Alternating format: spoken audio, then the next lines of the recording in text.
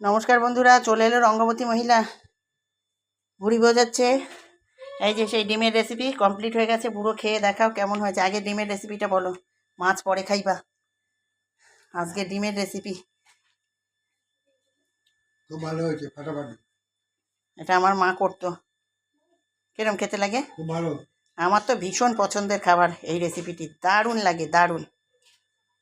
কে বলো, ফাটাফাটি হয়েছে না? মাছ খাইবা কখন? মাছ পরে আচ্ছা, মাছ খাও, এই দিয়ে খেতে থাকো।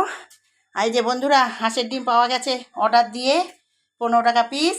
অনেক কষ্টে সৃষ্টে মানে পেয়েছে, বুঝলেন। মিষ্টি মুখ করবো এখন, তারপরে ভাত খাবো। হাঁপাইতেছি, আর পারি না। সেই সকাল 7টা দিয়ে কাজে লাগছি, বেলা 4টা-5টা বাজতে যায়। এই যে হাঁসের ডিম পাওয়া গেছে, মাসিকে অর্ডার দিয়েছি। যোগ দিও মাসি, আবার এনে দিও আমাদেরকে।